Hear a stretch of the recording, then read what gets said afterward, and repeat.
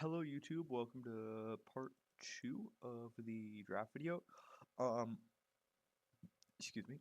I'm gonna be making this one because I think that a lot of people, or well, not that many people. There's like 20 views on it right now, but I'm not tripping about it. They watched the first video and like I wanted to give a lot more specific examples, but I didn't want the video to run on, and also I was having some audio issues. So I've got all that stuff sorted out now, or at least it should be better, although I might be a little bit quiet. And I want to talk in depth about like example drafts and like the use of flex picks and how you can abuse them to create mismatches in your favor for your team. Um, so that's really what this is going to be about. This one's a lot less structured. I'm just going to be going through the 5 drafts I have up here, or 6. Um, there might be a couple of cuts every now and then because I am going to be blowing my nose off screen. Um, and so I'll probably do that and then make a quick cut in between each one of these.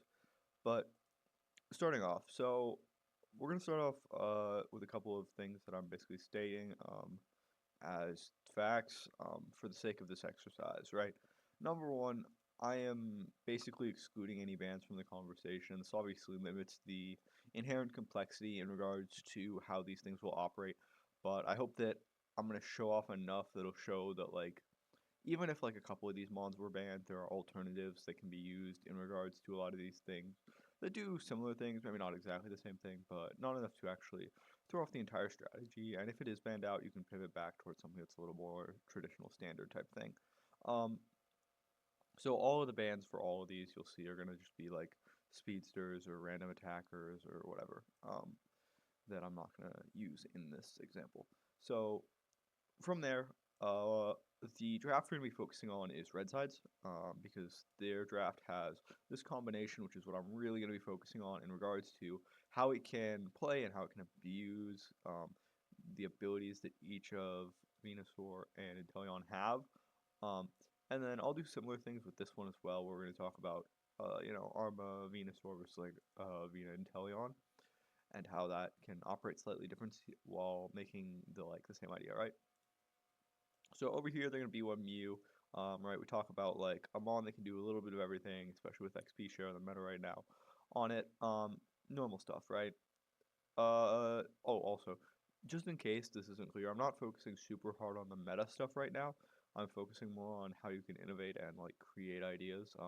Because like these two Mons aren't necessarily super meta heavy right now. Same with like I'm gonna cook up like some Tyranitar stuff later. Like that's not necessarily meta heavy right now either, so just be aware of that. So when we're looking at this draft, right, we see Mew. This is a pretty standard first pick. Nothing crazy here. Has very good all-around utility, good secure, good movement, the ability to execute low HP uh, jungle creeps, and so just very good all around, right? Not to mention you can play with a supportive partner, so it has a lot of utility that way as well. Then immediately on red side, again, I'm drafting as myself here, so I'm not like this may not be the most innovative stuff over here. You see the Inteleon Venusaur. So the end goal of the Inteleon Venusaur is to provide a framework for your team to operate in that within the framework you cannot be counterpicked if you do it correctly. The reason for this is that Inteleon Venusaur have 2 sets of moves, right? Like all Mons. However, special attacker, Venusaur, and special attacker, Inteleon. There we go. So they both have 2 sets of moves, right? However, the sets of moves operate at wildly different ranges. Again, we're focusing mostly on Slipshot and Liquidation here for the purpose of argument.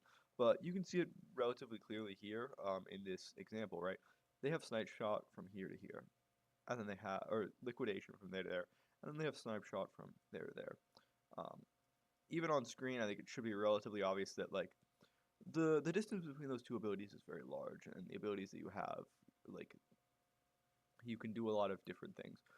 Similarly with here, right, you can see that the Solar Beam reaches almost off the screen, as well as the Petal Dance, although it may have, like, similar range, the range is more condensed around Venusaur, right, whereas the range sort of extends forward, like this. In this scenario, the range is more about the radius here, rather than the extension of the radius forward, which even though it may be similarly in length, it doesn't actually have the same amount of effects in terms of area and distance that you can cover aggressing, since there's pretty likely not someone behind you. That said, it is good AoE. So what is the end goal of this, right? Well, the end goal here is that they have not committed to any sort of theme here, right? And because you're red side, you don't want to commit to any sort of theme either.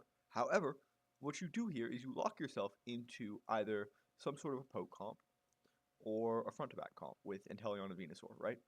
And the reason for this is that you're locking yourself into these two comps at the cost is that, right? Where I have locked myself into two similar style compositions. However, the compositions are very different, right? They're inherently unique, and within them, I can pivot between them at any time as long as I don't pick another Mon that locks me out of pivoting between these compositions, right? So over here, the enemy is going to go for a pretty standard front to back comp. It could be a poke comp depending on how the enemy plays it. I don't really think that that's what Zacian is going to go for in this game though. At least in my fucking fantasy land, right? So in this standard comp, right, they go Umbreon front to back, and then I'm saying they're just going to go front to back with Arma as well, right? And so what they have here is a pretty standard engage comp where the Umbreon and the Zacian are going to go forward, followed up by the Whimsicott and maybe like the Mew, with the Arma poking from a long distance, But even then, that isn't necessarily what has to happen. We can see like these two being the divers, or like these two being the divers. Like they have a bunch of options, but 90% of the time, it's one of these three going forward, and then these two following up. And so then you have the option here where they're playing sort of a front to back engage comp, and depending on what you prefer, you can sort of play a poke comp here, right? Um, I think that it is entirely possible to play a poke comp with these two because Buzzwole has the ability to space people out really hard with his knockback and his CC, and it also makes poking a lot easier with something like the Inteleon. We've seen people have issues with Snipe Shot in the past not hitting, so there's that, right? And then obviously Venus Solar Beam does similar things. However, if you're worried about them sort of like modulating to a poke comp, right? And you're like, we think they're going to have better poke than us, right? Like we're worried about the amount of damage that these two are going to output, which means, in this scenario, this red side would now be the beatdown. They have to aggress, right? You have to be the aggressor. And at the same time, this composition lets you do that with the front to back capabilities of let me redo this, of these two, right? I'm gonna X, and then the backline capabilities of these two, as well as the Blissey. So you have the ability, depending on how the enemy plays, to pivot. Obviously, you pick this relatively early in game, level 7, level 8, but by that time, you should have been able to gather enough info to determine where you're going to pick. It's especially nice for Vina and Teleon because I don't think their first moves really matter because I think that you can do both poke and dive with both of these move sets. Same with Venusaur where you're going Giga Drain 90% of the time because this is not that great. And the healing is insanely good for Giga Drain, no matter what really, because it'll help to the front to back. So that's sort of the end goal here, where the compositionally, what it allows you to do, again, because I'm gonna say this a billion times, because people aren't doing this, and it's so easy to do, and we'll get into that. But you have like 2 or 3 different comps that you can pivot to. Also, again on this comp, you can do the same thing. Remember how I said, oh, they're gonna front to back. Well, they could also play poke, right? I said they don't like to because Zacian has a little bit harder time than the Buzzwole playing the poke comp, but they still could, right? And this is the most important thing in draft for Unite. I cannot stress this enough. It is leaving your options open to pivot throughout the mid game because no one does this. They just pick a fucking full-on engage comp or a full-on anti-engage comp, and there's like the unga bunga, no thought in between. Like, can we do multiple things with our composition? Do we have the ability to do things that are unique, right? That are unique to our composition, but maintain multiple options.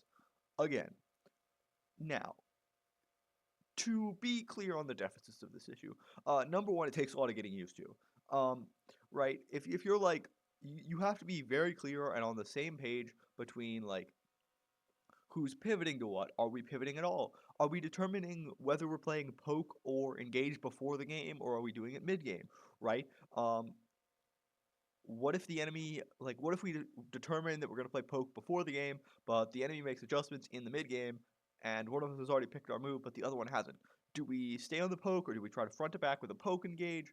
Like, where are we choosing to pivot with our composition is very important and can be very rough if you aren't used to this. Obviously, it also matters which one of these you choose to put in the jungle as well, since there's one of these has to go bot, one of these has to go jungle. So whichever one you like, bot and jungle, that's another consideration. Um, Other than that, it also like it's gonna take a lot of communication and getting used to, and so it's not something that you can just do immediately, but it's something that you should be doing every time because it allows you to create mismatches that will not be normally exploited. Okay, moving on to the second draft. So what we have here is we have a similar draft, right? Basically, they do the same thing. They lead off with Mew. They're gonna follow up the Ho Umbreon Double Defender really in right now. It's the new thing. And then they're gonna follow up with their top laner and their jungler. In this scenario, I'm having the Mew be a support, or well, I'm gonna say it's not a support. It's an XP shareholder. It's an XP share Mew with the Ho-Oh bot, and then top lane would be these two, and then that would be jungle. On the other side, we have a very similar idea, right? This is basically the Inteleon Venusaur. I just think I'm calling it Inteleon Venusaur 2, Electric Boogaloo, because instead of Inteleon and Venusaur where they're kind of disjointed on the engage front, right? Because like Inteleon wants to be a little bit further back than Venusaur does. Um, Armarouge has basically the exact same kit, right? Where it's going to either have the long range poke or the damage running at you kind of thing. And so this is another just like I'm gonna close out of this. This is another quick example of like you can do multiple things with the comp. It doesn't have to be the just the Inteleon or the Venusaur. You could also put something like a Mew could go here. I think a Miraidon could go here as well. With like the Electro Drift set. That's going to be a little bit harder to play out, I think, but it could happen. I think that's really about it in terms of like mons that are that flexible. However, there are mons that like you could probably do other things with, like if you're gonna run like in between protect and front to back, those two. If you're gonna do that as well, you could do this. This is also a good protect versus front to back mon.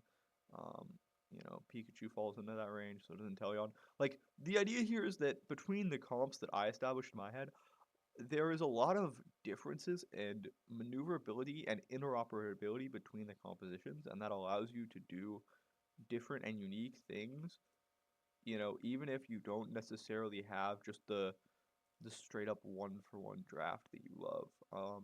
Again, similar weaknesses as before. You just kind of have to decide what you're doing either relatively fast within the game and make sure that's 100% communicated so that your team doesn't play the wrong style. Like you don't want your Eldegoss thinking that you're playing front to back while you're actually playing poke, or vice versa. And then again, if you do try to choose before game, do you want to make any adjustments in game or like what, right? Okay, so now we're going to sort of talk a little bit about drafting for your win cons. Um, because this is just another thing that I want to like sort of talk about in regards to like how you would beat a double flex, right? Because that's again important. These guys aren't necessarily as good as like the Intel Vina, but it's obviously usable, right? So in this scenario, you have to identify a weakness of both Mons that is irregardless of the other conditions, right? So if in this scenario it's either a poke or we're gonna say a dive because that's a little bit more um, like what they would do. You have to understand, well, right? If they're poking in this scenario, how do we beat them? And if we're diving in this scenario, how do we beat them? Um, well, if they're poking, we want to dive, right? And so we want mons that can do either poke or dive.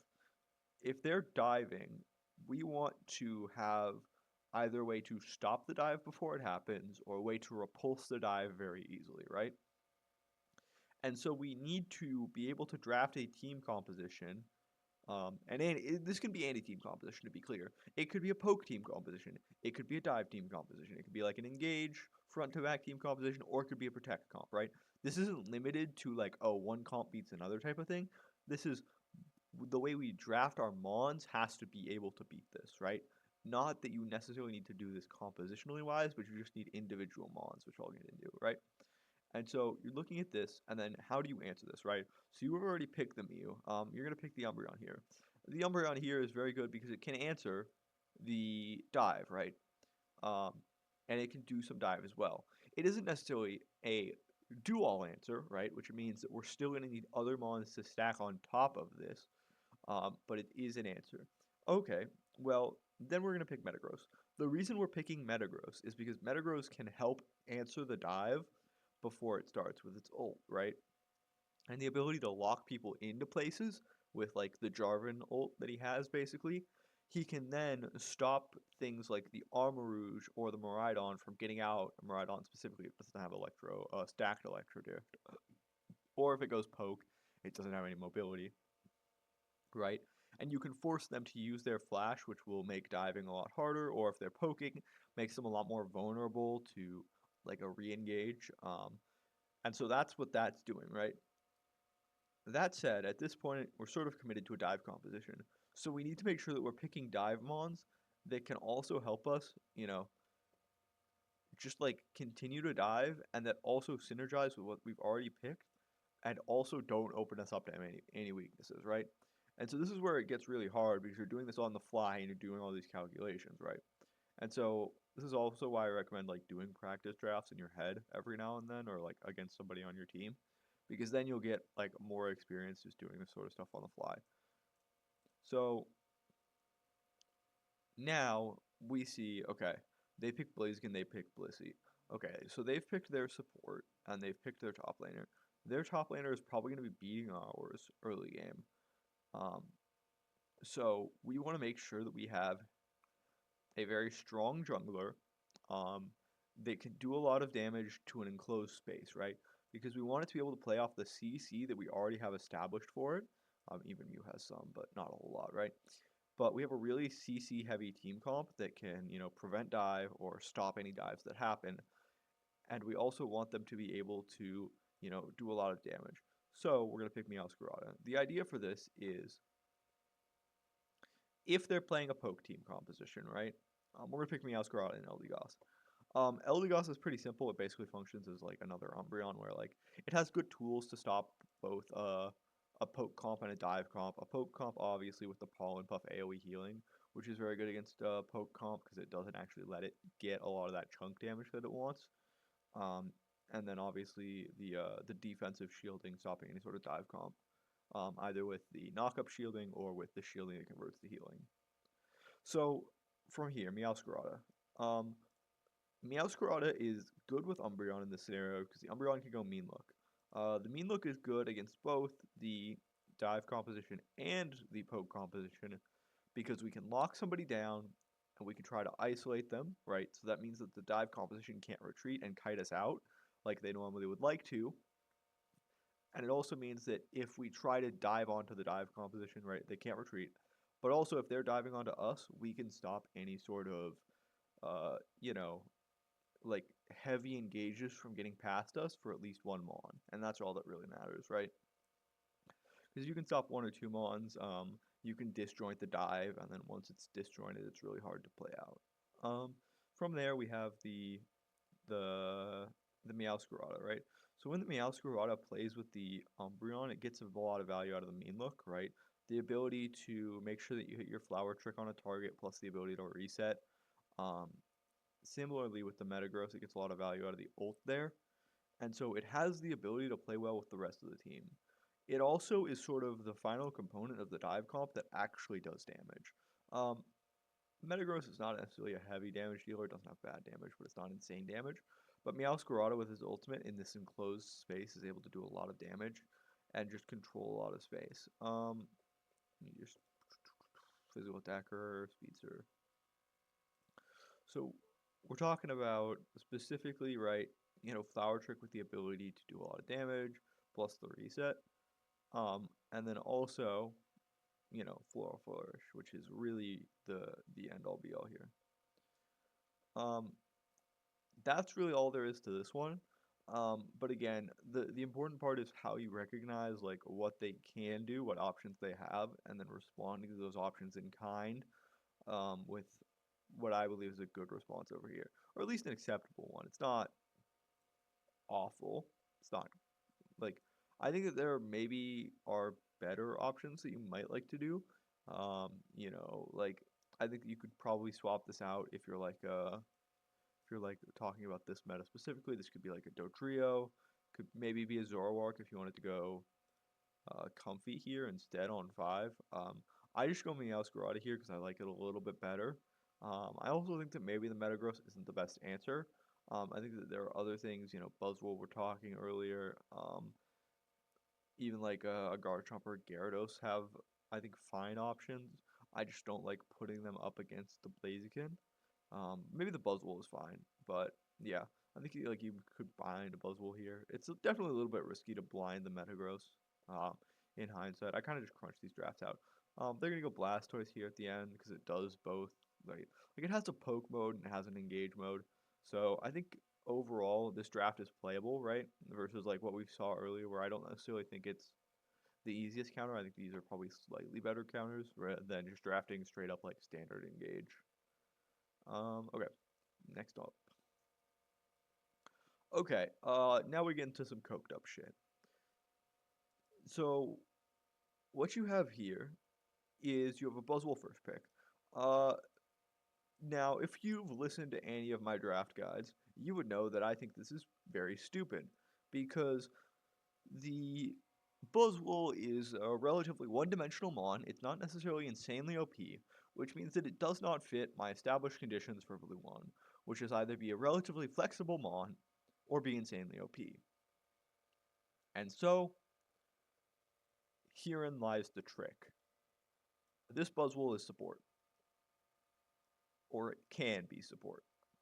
So, that's sort of the trick here, right?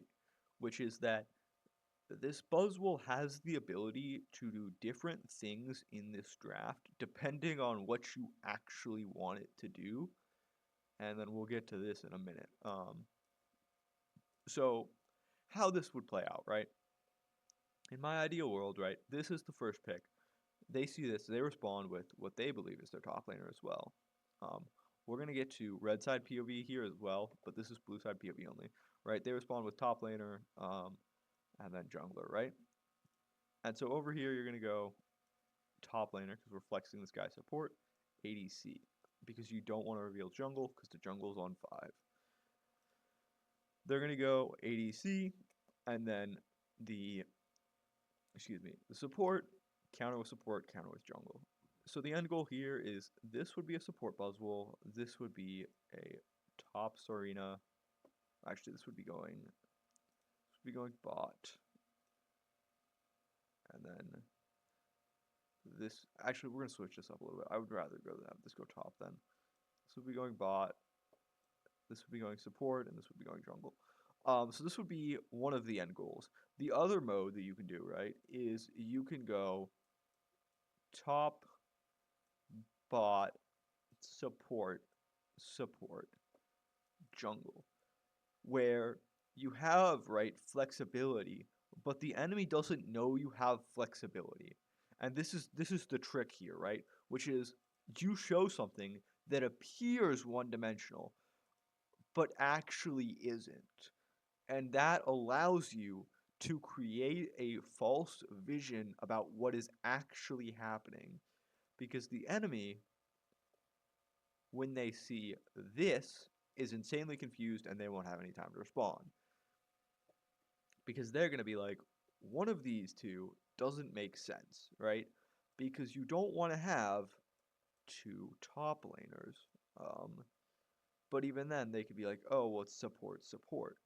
But then which one of these is going bot is the next question. It's likely Sarina based off of the current meta.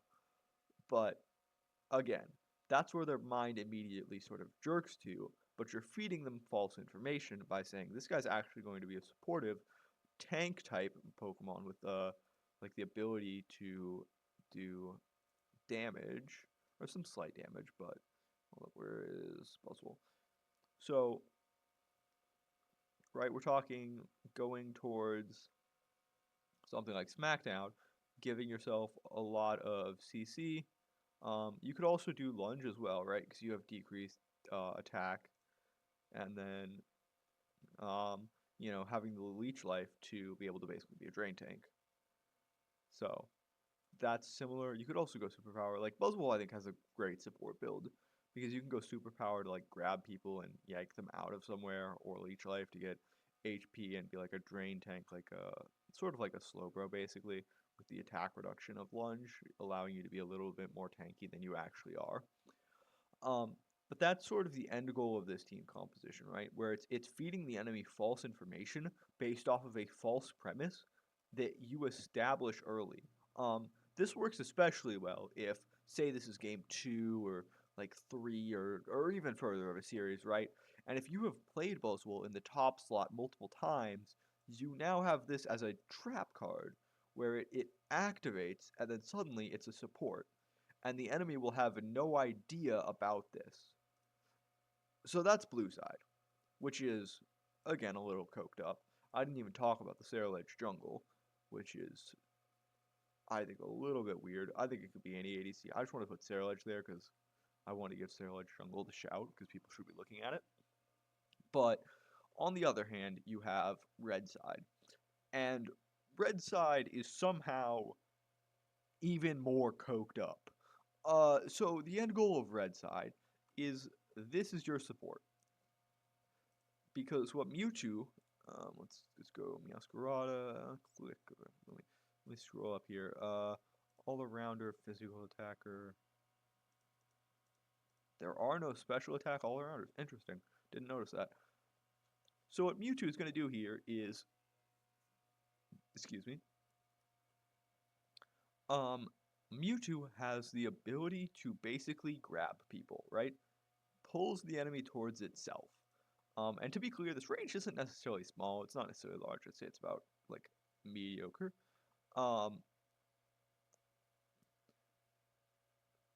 So it has that. It also has the ability to do teleport, which is a little bit goofy. I think this is probably a bad set. I like to run it, but it's a bad set. I think to recover is probably better, but it's a little bit harder to get good grabs or hooks off of it.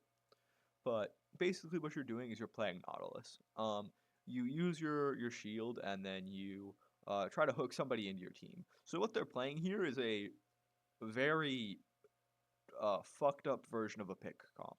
So Mewtwo's gonna grab somebody, they're gonna hook them, and then they're gonna like Charizard ult them. A9 will have range on them because they'll be in A9's range.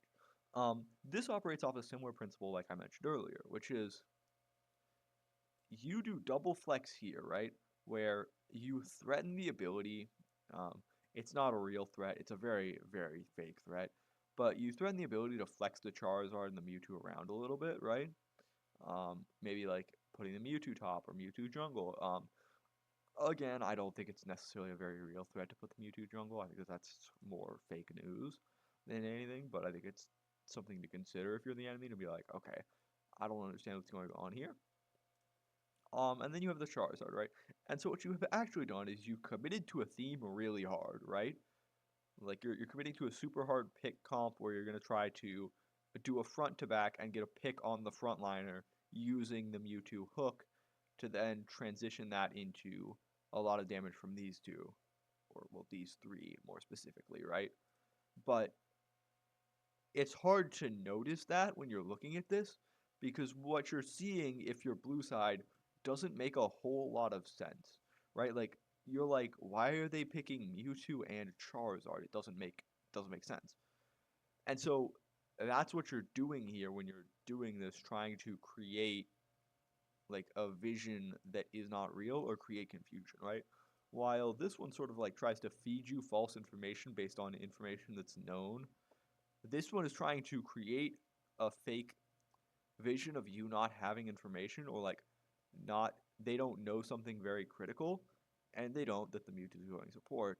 But it's more that like they don't understand what's going on here, so you have the ability to do things that would normally be bad, like committing to a theme on 1-2 super hard. But because the enemy isn't going to recognize what the theme is because they don't know what the pick does, you can do it, and then when you show your theme for sure later, they don't really have time to pivot and counter to an anti-pick comp here, right? Like it's kind of hard to do. And so that's sort of the end goal of that. That's a lot. So if you guys have any questions about that, feel free to, in general, obviously, I answer questions in the comments all the time. So if you have any questions on this, feel free to answer or sound off in the comments or on Twitter or on Blue Sky or whatever. Okay. So this next one is, it's a look at both of these drafts, but it's about how you like try to leverage what is an enemy's mistake into like getting a good draft. So you can see here the drafts are relatively similar. We're gonna talk about this one first because I think it's a little bit more important to like establish. But basically, when I was conducting these drafts, I was like, my goal is to force a Tyranitar, right? Like I am playing red side here, and I am going to force pick Tyranitar red 5, no matter what, pretty much, right? And so conditionally, this is all set up. All of this is set up for the biggest condition on my team, T-Tar, right? I don't care necessarily, like, to a certain extent, right? Like, I need to pay attention to what my enemy's picking. Obviously, I'm drafting against myself, so I'm not going to do something super crazy. And I already know what my strategies are, so I can't, like, surprise myself. But I'm trying to do this and then just set up for the T-Tar, right? Like, all of this, these bonds are just set up. So, starting B1, right? They pick Umbreon. This is the standard. I'm going to pick a ADC that can do multiple things and allow my T-Tar to go in multiple places. Mew XP share is really the only one. Could be Miraidon or any sort of XP share ADC really works. Obviously, I pref Mew because I think Mew is the best. In this scenario, the enemy is going to fumble. They're going to commit and give away the game that they're playing dive pretty hard here because they picked Dodrio on 3, right? Again, this is me drafting against myself, but I've seen this happen too many times to know that it's something real. So they picked Dodrio on 3, they give away their theme, right? Oh, I also picked Zacian here, I forgot to mention that, but that's just, again, I think it's a good top laner, it doesn't commit to a theme super hard. Cool. Now I know they're playing dive. I picked 2 anti-dives here. I'm going to mention this now because I think it's important. Defenders. This Slowbro could be a Trev, could be a Snorlax. I don't love Mamo. It could be a Mamo. It could be a Blastoise. Um, could also be like a Buzzwole or something like I mentioned earlier. Like there's a bunch of things that this could be. I just picked Slowbro both times because I was like, this is the anti-dive support that I think works best with T-Tar. Just because of how much CC it gives and its multiple rocks of CC, which I think is the most important to give to T-Tar. And then they're gonna pick, committing super hard to the dive theme again, the Gyarados and the Eldegoss. Now, I'm gonna force T-Tar, right? And so what I've sort of tried to do here is I've tried to make it so the weaknesses of T-Tar is that it's very weak early. So the plan is to send it top lane with either this one or this one, right? One of these two. And then have Zacian do first jungle clear. And then on second jungle clear, Tyranitar is going to go into the jungle and Zacian will swap lanes with it. So the starting lineup will be something like this. Let me redo that in J because it looks awful. Something like this, where this is going to be a support, this is going to be a support, and then this is going to be top, right? And then once I get the first clear done, it's going to go to jungle and then top. And so that's sort of the goal, right? I cooked up this last draft just in case to show like what happens if they don't necessarily commit to a theme super hard. Like Gyarados does kind of commit here, but I'm trying to do something different here. So this one's you got the Arma instead of the Mew, right? Because they first picked the Mew over here. Um, I don't love the armor with the T-Tar, but I think it's fine, right? And so this is like the end goal of the draft again. In this scenario, it does not need to be T-Tar. It can be any sort of insanely conditional mon like Zoro, any speedster really. You could have put Sarina in that slot. Um, any of those hyperscalers fit in there very well. But the goal point there was like, hey, when the enemy commits super early, it allows you to just pick the theme counters you want on 3-4, especially on red side, and then you can use that to leverage whatever theme counters you want to get into whatever theme you want. I hope this draft also sort of showcased a couple of the different themes as well, right? Like I was trying to make sure that I showed off a couple of other themes. Um, I just deleted it, but the old draft that I had of T-Tar was sort of a protect comp, and so that's sort of hopefully every theme covered because I went through a lot of the other themes earlier. If there are any questions or any further notes that anybody would like me to leave, please feel free to respond off in the comments, and I will do so.